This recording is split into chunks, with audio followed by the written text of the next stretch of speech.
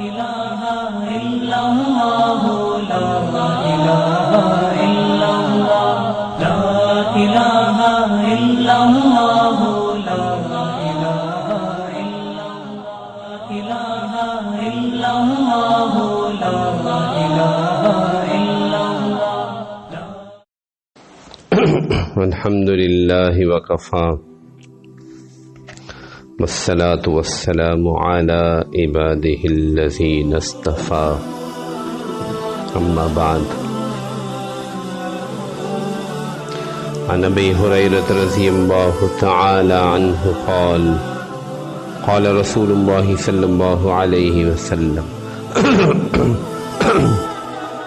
من قتل نفسه بحديدة فحديدته في يده يتوجع بها في بطنه في نار جهنم خالدا مخلدا فيها أبدا ومن شرب سما فقتل نفسه فهو يتحساه في نار جهنم خالدا مخلدا فيها أبدا ومن تردى من جبل فقتل نفسه فهو يتردى في نار جهنم خالدا مخلدا فيها أبدا رواہ مسلم۔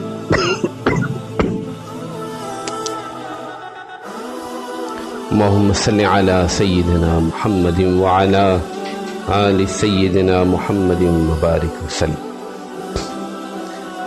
چند دنوں سے ان کفریہ اعمال کا بیان چل رہا ہے جن کے ارتکاب کرنے والے کے اوپر حدیث میں کفر کا معنی اور کفر کے الفاظ استعمال کیے گئے ہیں۔ چنانچہ کل حدیث پڑھی تھی جس میں آپ نے فرمایا کہ میرے بعد کافر نہ ہو جانا کہ ایک دوسرے کی گردنیں مارنے لگو، ایک دوسرے کو قتل کرنے لگو۔ سورۃ نساء کی آیت سے آپ کے سامنے استدلال کیا تھا۔ اللہ تعالیٰ نے فرمایا کہ جو کسی مسلمان کو قتل کر دے گا اس کی سزا یہ ہے کہ وہ ہمیشہ جہنم میں رہے گا اور اس پر اللہ کا غصہ اور غضب ہوگا۔ اسی مناسبت سے یہ حدیث جو امام مسلم نے کتاب الایمان ہی میں نقل کی ہے، اگرچہ اس حدیث میں کفر کے الفاظ نہیں ہیں لیکن اس میں دوسری طرح سے وہی سزا بیان کی گئی ہے، خالدن مخلدن فیہا، کہ وہ آدمی ہمیشہ ہمیشہ جہنم میں رہے گا۔ اس سے اندازہ ہوتا ہے کہ یہ بھی ایسے ہی بہت شدید ترین گناہوں میں سے ہے اور یہ ہے خودکشی کرنا۔ اور میں نے اس کو اس لیے یہاں بیان کیا کہ کسی دوسرے کو قتل کرنا، کسی مسلمان کو قتل کرنا، وہ بھی ایک جان، ایک نفس کو مار دینا ہے، اور اپنی جان کو قتل کر دینا وہ بھی ایک نفس اور ایک جان کو مار دینا ہے۔ گویا کہ یہ ایک ہی طرح کے، ایک ہی قسم کے دو گناہ ہیں۔ وہاں پہ ہتھیار کا رخ دوسرے کی طرف تھا، یہاں ہتھیار کا رخ اپنی جانب ہے۔ اور یہ سمجھ لیجئے، کوئی آدمی یہ نہ سمجھے کہ جان میری ہے، نفس میرا ہے، میری مرضی، میں اس کو مار ڈالوں، ختم کر ڈالوں، یہ تو میرا اختیار ہے۔ تو شریعت اس بات کی بالکل وضاحت کرتی ہے کہ اللہ جل جلالہ نے مجھے آپ کو جو دنیا میں بھیجا ہے، جو جان اور جو نفس دی ہے، وہ اللہ کی امانت ہے، میری ملکیت نہیں ہے کہ میں اس کو ختم کر دوں، میں خودکشی کر لوں۔ اس لیے اس پر بہت شدید وعید ہے۔ اور خالدن، قرآن میں تو صرف خالدن کا لفظ ہے، یہاں مخلدن بھی ساتھ لگا ہوا ہے۔ حدیث کا ترجمہ سماعت کیجئے۔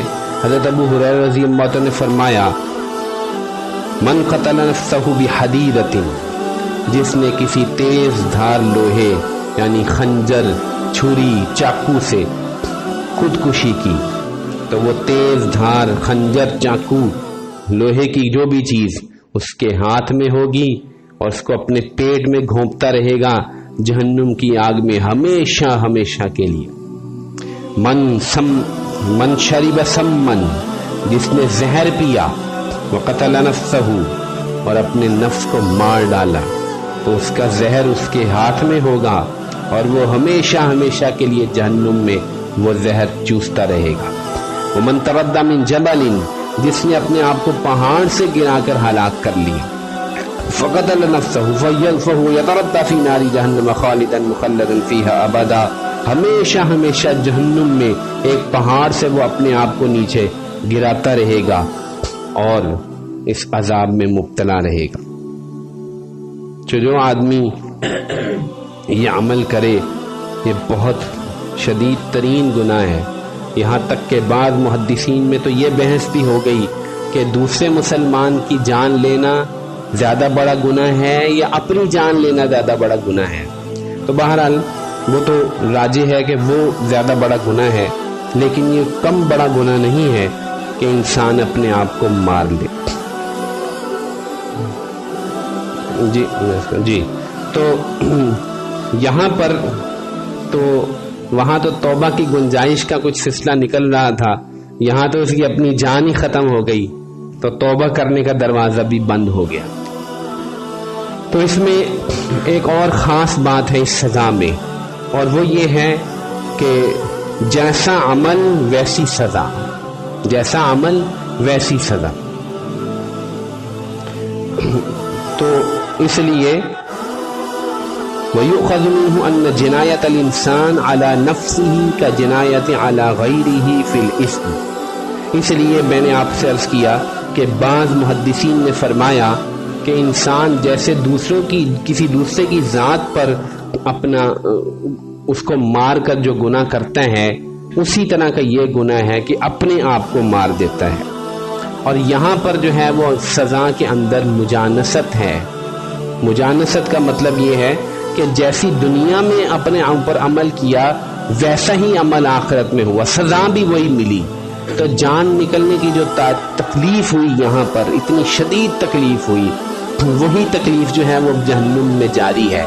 بار بار خنجر اپنے پیٹ میں مار رہا ہے، اپنے آپ کو ختم کر رہا ہے، یا پہاڑ سے اپنے آپ کو گرا رہا ہے اور اپنے آپ کو ختم کر رہا ہے، یا گھونٹ گھونٹ جو زہر پیا تھا اور جو آنتیں کٹی تھیں اور جو تکلیف ہوئی تھی، وہی تکلیف جو ہے وہ یہاں ہوگی۔ آخری بات یہ ہے کہ چونکہ اہل سنت والجماعت کا مذہب یہ ہے کہ جو آدمی ایسا شدید کبیرہ گناہ کرے تو وہ ہمیشہ کے لیے جہنمی نہیں ہوتا، مخلد فی النار نہیں ہوتا۔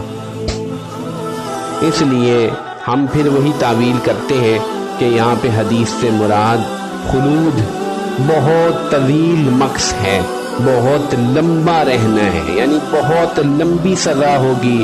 تو یہ سزا جب کبھی ختم ہوگی تو پھر جا کر شاید اللہ جل جلالہ رحم فرمائے اور کلمہ پڑھنے کی برکت سے آخر میں جو ہے اس کو جہنم سے نکال دے۔ لیکن یہ طویل زمانہ کوئی معمولی مسئلہ تو نہیں ہے، پتہ نہیں کتنے ہزاروں لاکھوں سال اپنے آپ کو مارنے کی وجہ سے جہنم میں جلنا پڑے گا۔ اور آج یہ عمل بھی بہت زیادہ عام ہے، معمولی چھوٹے چھوٹے مسئلوں پر لوگ جو ہیں وہ پکھے سے جھول جاتے ہیں۔ میٹرک میں نمبر صحیح نہیں آئے، کالج میں نمبر نہیں آ سکا، پکھے سے جھول گیا۔ محبت کی شادی میں ناکامی ہوئی، پہلے اس کو گولی مار دی پھر اپنے آپ، یعنی کہ یہ تو ڈبل جنایت ہو گئی، پہلے مسلمان کو قتل کیا پھر اپنے آپ کو قتل کیا۔ سب سے زیادہ میں حیران ہوتا ہوں، میرے رونگٹے کھڑے ہو جاتے ہیں خدا کی قسم جب میں اخبار میں پڑھتا ہوں کہ خامن سے لڑی اور 2 بچوں کو اوپر ٹینکی میں دبو کر پھر خود بھی مر گئی، اور بعض یہ ہوا کہ 2 بچوں کو تو مار دیا، خود اپنے آپ کو مار نہ سکی۔ اللہ اکبر۔ تو یہ شدید ترین کبیرہ گناہ ہے جس کی شناعت ہی دلوں سے نکل گئی ہے، اور لوگ یہ سمجھتے ہیں کہ میں اپنے آپ کو مار کر کسی تکلیف سے چھوٹ جاؤں گا، حالانکہ یہ تو ایسی تکلیف کا دروازہ کھولنا ہے جس کی انتہا کوئی نہیں، اس کی انتہا کوئی نہیں۔ تو یہ حدیث جو ہے یہ تو معاشرے میں جگہ جگہ سنائی جانی چاہیے، یہ تو مسجدوں میں اور ممبروں میں سنائی جانی چاہیے کہ لوگ خودکشی کرنے سے باز رہیں، یہ تو عظیم ترین تکلیف ہے۔ تو صرف وقتی طور پہ جان چھوٹی نہیں، بس وہ چھری گردن پہ چلی۔ ہائے، ہم یہاں چھوٹے سے تھے، اسی محلے میں یہیں پر میں رہتا تھا، اور یہاں آخر میں ایک نوجوان لڑکی نے اپنی کن پٹی پر جو ہے گولی ماری تھی، مکمل سوراخ ہو گیا تھا۔ میں تو آج تک وہ جو ہے تصور بھی ذہن سے نہیں نکلا۔ تو اللہ تعالیٰ حفاظت فرمائے اس عظیم ترین گناہ سے اس جو کہ کفر کی شاخ محسوس ہوتا ہے، اگر یہ کفر کے الفاظ نہیں ہیں لیکن سزائیں اتنی سخت ہیں، اللہ تعالیٰ ہی حفاظت فرمائے۔ وآخر دعوانا الحمدللہ رب العالمین۔